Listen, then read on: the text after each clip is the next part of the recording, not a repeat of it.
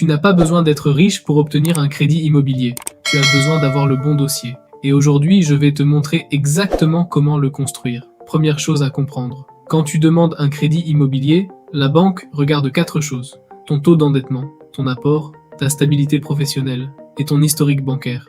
Le taux d'endettement d'abord.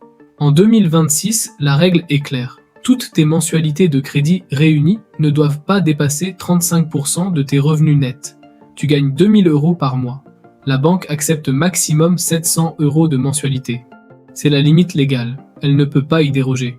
L'apport, ensuite. La banque demande en général 10% du prix du bien.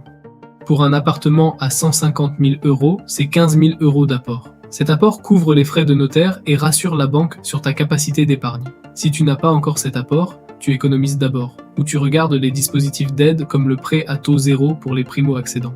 La stabilité professionnelle.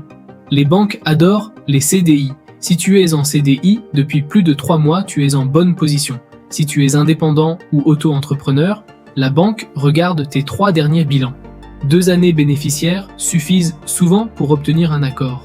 Maintenant, les taux en 2026. Les meilleurs profils obtiennent 3,00% sur 20 ans et 3,15% sur 25 ans. En mai 2026, les taux ont légèrement remonté sous l'effet des tensions géopolitiques, mais les banques restent très actives pour capter les nouveaux emprunteurs. Exemple concret, Lucas a 27 ans. Il est en CDI depuis 2 ans.